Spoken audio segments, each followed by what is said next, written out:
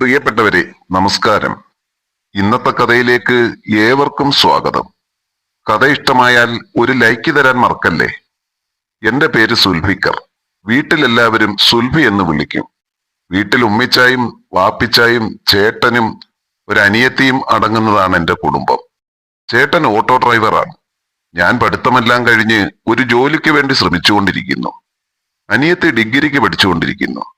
എന്റെ കുടുംബത്തിൽ നടന്ന ഒന്ന് രണ്ട് കാര്യങ്ങളാണ് ഇന്ന് ഞാൻ ഇതിലൂടെ നിങ്ങളുടെ മുമ്പിൽ പറയാൻ പോകുന്നത്.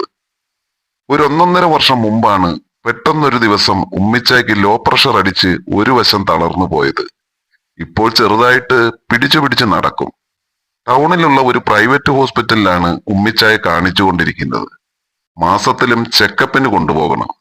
ഞാനും വാപ്പിച്ചായും കൂടി ചേട്ടന്റെ ഓട്ടോയിലാണ് എല്ലാ മാസവും ഉമ്മിച്ചായ ചെക്കപ്പിന് കൊണ്ടുപോകുന്നത്.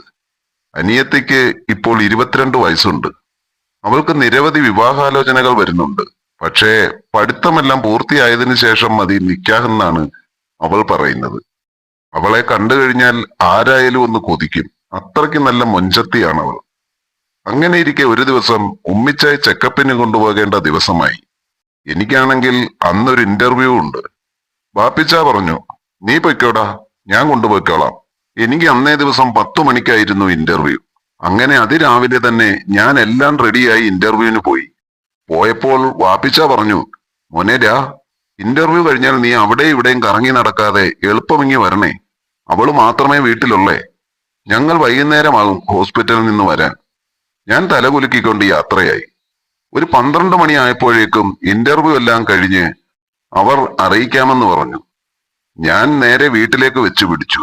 വീട്ടിൽ വന്നു മുൻവശത്തെ കതക് ചാരിയിട്ടേക്കുന്നു. അനിയത്തി അടുക്കള ജോലിയിലായിരിക്കും. അവളെ വിളിച്ച് ബുദ്ധിമുട്ടിക്കണ്ടല്ലോ എന്ന് കരുതി ഞാൻ കതക് തുറന്ന് അകത്തേക്ക് കയറി. എന്റെ മുറിയിൽ ചെന്ന് ഡ്രസ്സെല്ലാം മാറി ഹാളിലെ സെറ്റിയിൽ വന്നിരുന്ന് മൊബൈൽ ഓണാക്കി ഓരോന്ന് കണ്ടുകൊണ്ടിരുന്നു.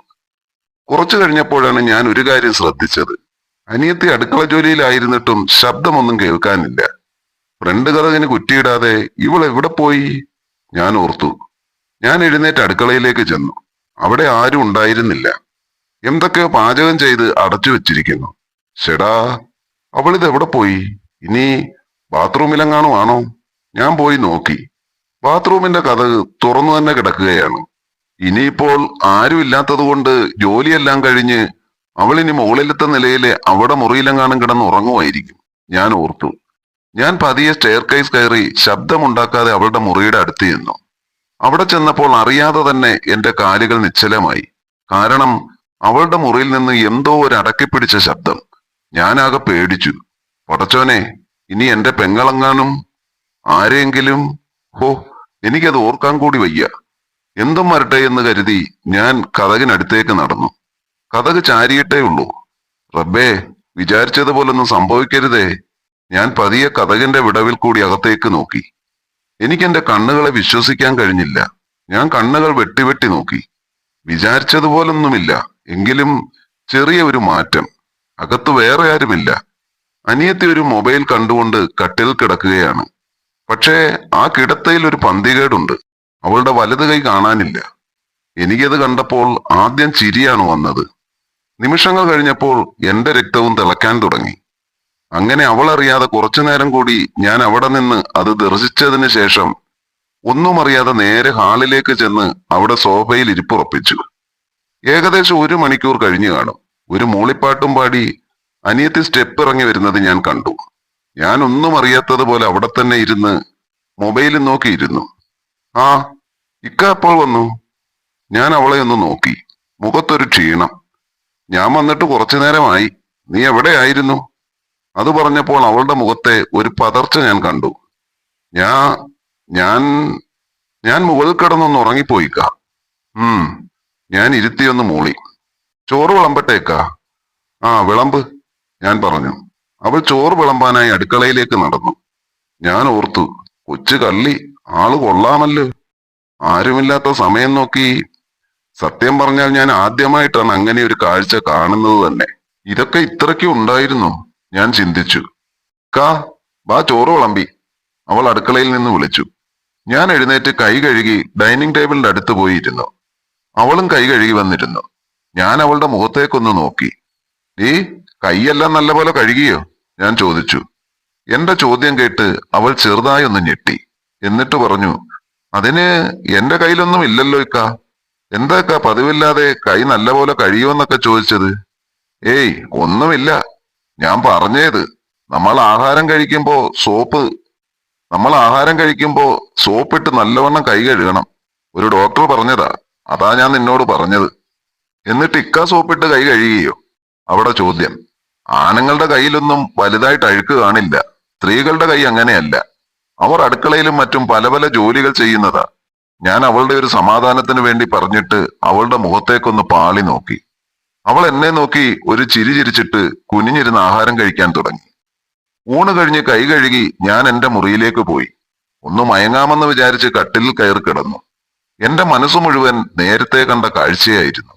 അതൊരു വല്ലാത്ത അത്ഭുതവും സന്തോഷവും ഉണ്ടാക്കിയ കാഴ്ച തന്നെയായിരുന്നു.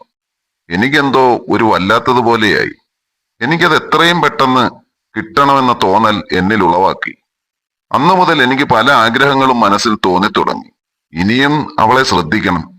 അങ്ങനെ എന്റെ അനിയത്തി എനിക്ക് രാത്രിയിലെ സ്വപ്ന റാണിയായി മാറി. അങ്ങനെ ഒരാഴ്ച കടന്നുപോയി. അവളെ വാച്ച് ചെയ്യുന്നത് തുടർന്നുകൊണ്ടിരുന്നു ഞാൻ. വീട്ടിൽ ആൾക്കാരുള്ളപ്പോൾ അവൾ എന്തൊരു പാവമാ. ആരുമില്ലാത്തപ്പോൾ അവളുടെ തനി സ്വരൂപം പുറത്തു വന്നു. ഞാനൊരു കൊതിയോടുകൂടി ചിന്തിച്ചു, അടുത്ത മാസം ഉമ്മിച്ചായി ചെക്കപ്പിന് കൊണ്ടുപോകുമ്പോൾ എന്തെങ്കിലും കള്ളം പറഞ്ഞ് ഒഴിവാകണം. എന്നിട്ട് ഇവളുടെ കള്ളത്തരങ്ങൾ പൊളിച്ചടുക്കണം. ഞാൻ അതിനുവേണ്ടിയുള്ള ദിവസങ്ങൾ എണ്ണിത്തുടങ്ങി. എങ്കിലും അല്ലാതെയുള്ള സമയങ്ങളിലും അവളെ വാച്ച് ചെയ്യുന്നത് തുടർന്നുകൊണ്ടിരുന്നു. അവളുടെ മൊബൈലിന്റെ പാസ്വേഡ് ഒന്ന് കണ്ടുപിടിച്ചാൽ അതിലെന്താണെന്ന് അറിയാമായിരുന്നു. ഞാൻ അതിനുള്ള ശ്രമവും തുടങ്ങി. അവസാനം ഭാഗ്യമെന്ന് പറയട്ടെ, മൊബൈലിന്റെ പാസ്വേഡ് ഞാൻ ഒരു വിധത്തിൽ തപ്പിയെടുത്തു. പക്ഷേ മൊബൈൽ ഒന്ന് താത്തു വെക്കണമല്ലോ അവള്. അതൊന്ന് നോക്കാൻ എപ്പോൾ നോക്കിയാലും മൊബൈൽ കയ്യിൽ കാണും. അടുക്കളയിൽ എന്തെങ്കിലും പണി ചെയ്യുകയാണെങ്കിൽ മൊബൈൽ നൈറ്റിയുടെ പോക്കറ്റിൽ ഇട്ടുകൊണ്ടായിരിക്കും പണി ചെയ്യുന്നത്. ഇവൾ കുളിക്കാൻ കയറുമ്പോൾ ഈ മൊബൈൽ എവിടെ ആയിരിക്കും വെക്കുന്നത്? അവസാനം ഞാൻ അതും കണ്ടുപിടിച്ചു. മൊബൈൽ സ്വിച്ച് ഓഫ് ചെയ്ത് ബെഡിനടിയിൽ വെക്കും. ഇന്നവൾ കുളിക്കാൻ പോട്ടെ, അത് ബെഡിനടിയിൽ നിന്ന് പൊക്കണോ എങ്ങനെങ്കിലും. ഞാൻ അതിനുവേണ്ടി കാത്തിരുന്നു. വൈകിട്ട് 5 മണിയായപ്പോൾ അവൾ കുളിക്കാനുള്ള തയ്യാറെടുപ്പ് നടത്തുന്നത് ഞാൻ അവൾ അറിയാതെ ശ്രദ്ധിച്ചു. അവൾ ബാത്റൂമിൽ കയറിയെന്ന് ഉറപ്പുവരുത്തിയപ്പോൾ ഞാൻ പെട്ടെന്ന് അവളുടെ മുറിയിൽ ചെന്ന് ബെഡിനടിയിൽ നിന്ന് മൊബൈൽ എടുത്ത് ഓണാക്കി. അതിൽ കിടക്കുന്ന വീഡിയോ ക്ലിപ്പുകൾ കണ്ട് ഞാൻ ഞെട്ടിപ്പോയി. അപ്പോൾ ഇതൊക്കെ കണ്ടാണ് കൊച്ചു കള്ളി, ഞാൻ ഊറിച്ചിരിച്ചു. പെട്ടെന്ന് വാതിൽക്കൽ ആരോ മിന്നി മറഞ്ഞതുപോലെ എനിക്ക് തോന്നി. ഞാൻ തിരിഞ്ഞു നോക്കിയപ്പോൾ അനിയത്തി എന്നെ നോക്കി ഒരു ചമ്മിയ ചിരിയും ചിരിച്ചു നിൽക്കുന്നു. തോർത്തെടുക്കാൻ വേണ്ടി അവൾ മുറിയിലേക്ക് വന്നപ്പോഴാണ് ഈ കാഴ്ച കണ്ടത്. ഞാനും ആകെ ചമ്മി. ഞാൻ മൊബൈൽ കട്ടിലിൽ ഇട്ടിട്ട് ഒന്നും മിണ്ടാതെ പോകാൻ നേരം അവൾ പറഞ്ഞു, ഇക്ക എനിക്കൊരു അബദ്ധം പറ്റിയതാ. ഇക്ക ഇത് ആരോടും പറയല്ലേ. ഞാൻ മുഖമുയർത്തി പറഞ്ഞു, ഓ ഇതൊക്കെ സർവ്വസാധാരണയാണ് മോളെ. ഇതൊക്കെ എല്ലാവരും ചെയ്യുന്നതാ. നീ പേടിക്കണ്ട, ഇക്ക ആരോടും പറയില്ല. അത് പറഞ്ഞപ്പോഴാണ് അവൾക്ക് ശ്വാസം നേരെ വീണത്. അവൾ എന്നെ നോക്കി ഒന്ന് പുഞ്ചിരിച്ചു.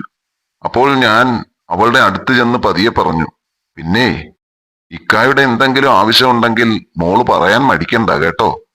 അതും പറഞ്ഞ് ഞാൻ പുറത്തേക്ക് ഇറങ്ങി തിരിഞ്ഞു നോക്കിയപ്പോൾ അവൾ അത്ഭുതത്തോടുകൂടി എന്നെ നോക്കി ചിരിച്ചുകൊണ്ട് നിൽക്കുന്നു. ഞാനൊന്ന് കണ്ണടച്ച് കാണിച്ചിട്ട് സ്റ്റെയർ കേസ് ഇറങ്ങി താഴേക്ക് പോയി.